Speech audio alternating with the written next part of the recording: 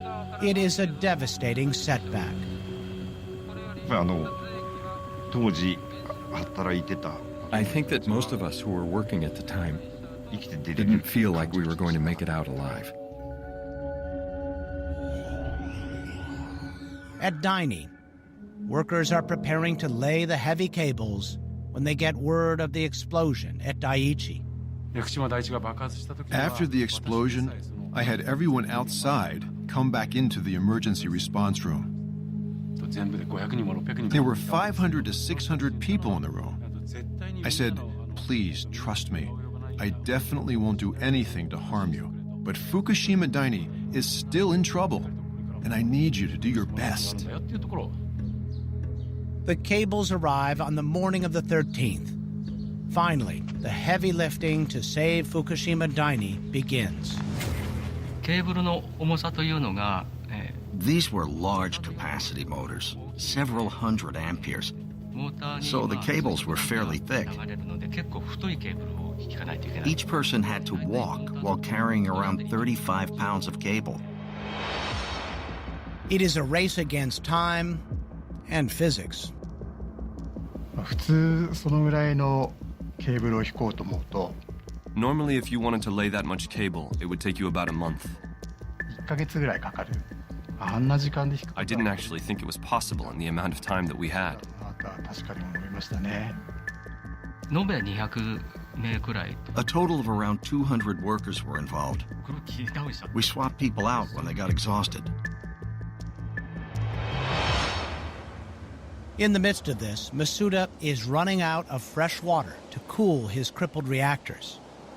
He asked TEPCO headquarters for a shipment. I asked Tokyo for 4,000 tons of water. But instead, they delivered 4,000 liters of bottled drinking water. That made me realize that we were on our own. We couldn't count on Tokyo. So we started looking for water. He remembers a creek used as a water supply during construction of the plant. Workers repair the leaky old pipe with a scavenged bicycle tube.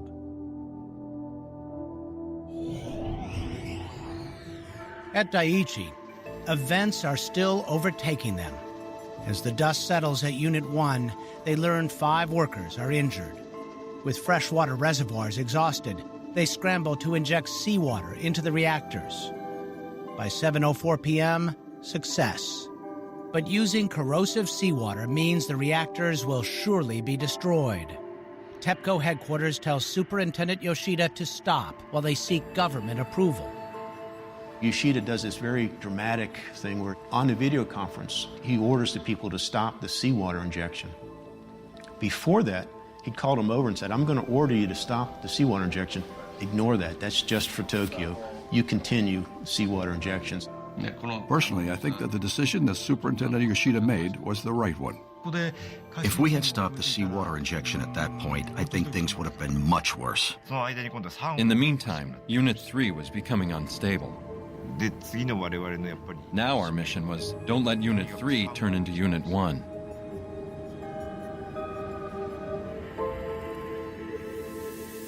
With no battery power, they are unable to open the valves to begin venting Unit 3, and there are no handles on these valves. So they grab car batteries, hoping to open them from the control room. By 9 a.m. Sunday, March 13th, the Unit 3 reactor core is exposed and melting. The pressure keeps rising. Fearing another hydrogen explosion, Yoshida orders workers to retreat to the Emergency Response Center early on the morning of March 14th. But the pressure plateaus, and he lifts the order an hour later. We alternated between deploying and pulling back workers because we were afraid of another hydrogen explosion. Unfortunately, we had close to 50 people positioned around Unit 3 when the explosion happened.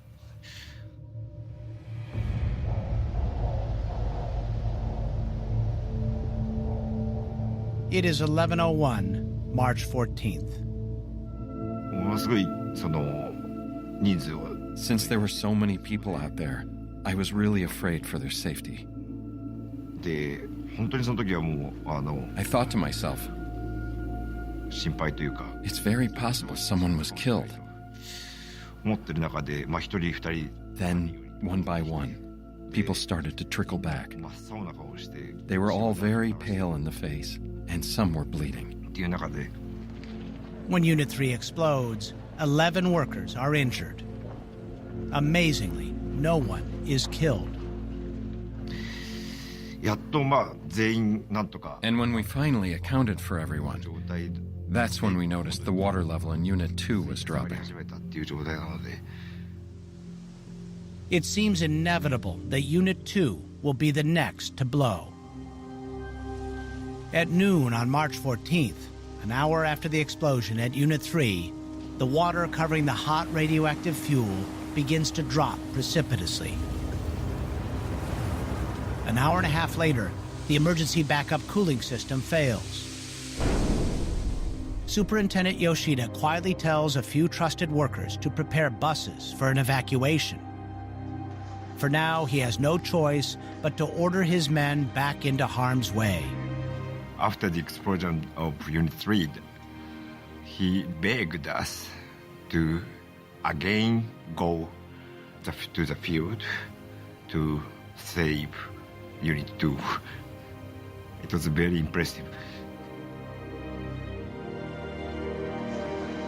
But by 6:22 p.m., the water is gone. The uranium fuel is completely uncovered and melting. Again, they try to use car batteries to open the vents and relieve some pressure. No luck. 14日 From the 14th until early in the morning on the 15th, っていうか明け方までは it was really, なんていうか how can I describe it? It was like being in hell. 世界でしたね As day breaks on the morning of March 15th, they hear a loud explosion. But it is not what they dread. It is a complete surprise. There has been an explosion in Unit 4. But this reactor was shut down for maintenance when the tsunami hit. What could have happened there? And what saved Unit 2 from blowing up? The investigation will have to wait. Superintendent Yoshida orders an immediate evacuation of 650 workers. He and nearly 70 supervisors would stay. In the confusion, they become known as the Fukushima 50. 暴れる原子炉と戦ってるし We were fighting an invisible enemy, 確か目に見えない時 out of control reactors. で言えばまず戦争で戦ってる It was like fighting a war.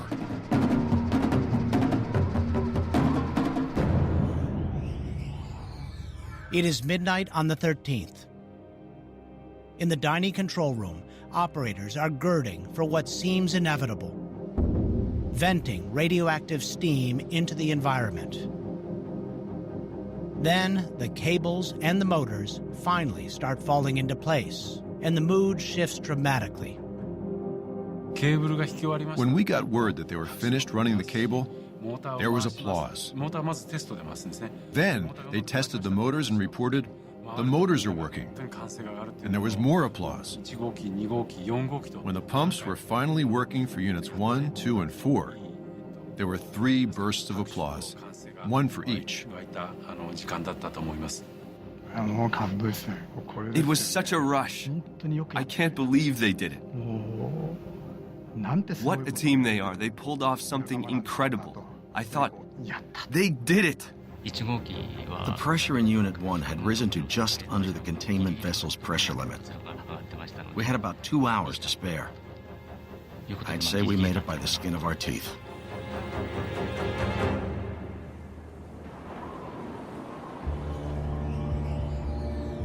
At Daiichi, Superintendent Yoshida has now lifted the evacuation order, and workers that had fled start to return. そこで少し Things had bottomed out, and for the first time we were able to catch our breath. 上やからあとは Then we started to worry about cooling the fuel pools.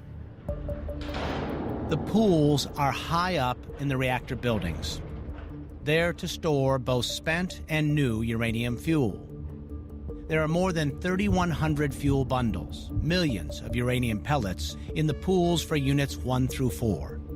They are not inside the containment vessels, and there are no emergency pumps to keep them full.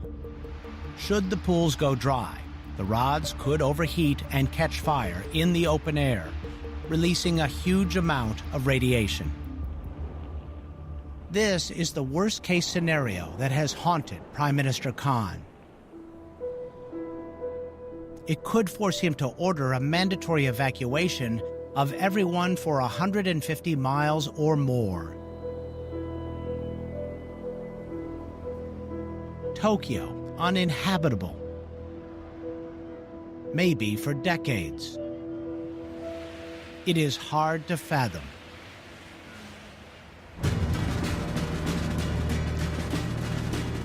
Nuclear plant operator Chuck Casto, then an NRC executive, arrives at Fukushima Daiichi in the midst of this turmoil and uncertainty. The biggest challenge right away, as soon as I stepped foot on the ground, was should people take lethal doses to stop this accident? The situation was desperate. Concerns we had never faced before. Did you see the steam coming up from Unit 3? That's the worst explosion I've ever had. And we were trying to work our way through them the best we could. It is time for desperate measures.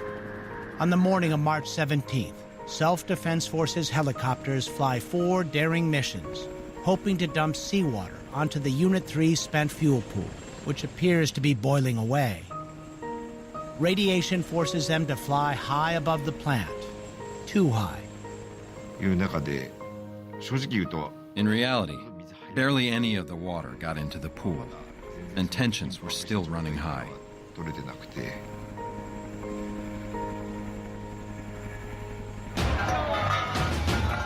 So they turn to an elite rescue squad from the Tokyo Fire Department.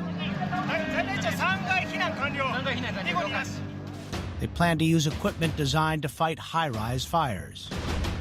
They arrive at the plant late the next night. They are led by Deputy Chief Yukio Takeyama, a 35-year veteran.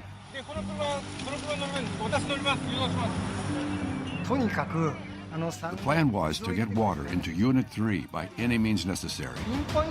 It needed to be dead on, not like when you put out a fire and spray the water anywhere you want.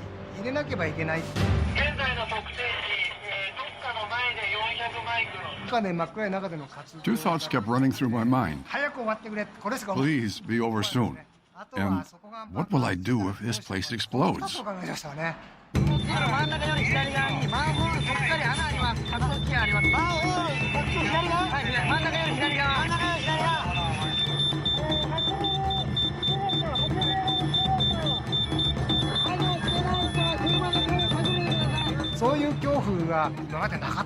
I had never felt that kind of fear before. I thought, this is what it feels like to really be in trouble. They get the job done in 20 minutes. Day breaks. The water is now flowing. The fuel in storage is never exposed to the air, and the feared radiation is not released. Tokyo is saved. Little by little, in a small way, we started to have some hope. Up until then, we were spiraling further down, and now we were dangling there. We weren't falling anymore. For the first time in days, Takeyuki Inagaki finds the time and a working phone to call home. My wife asked me, "Are you okay?" I could tell she was very emotional from her voice. I said, I'm alive for now, and I have all my limbs. Please take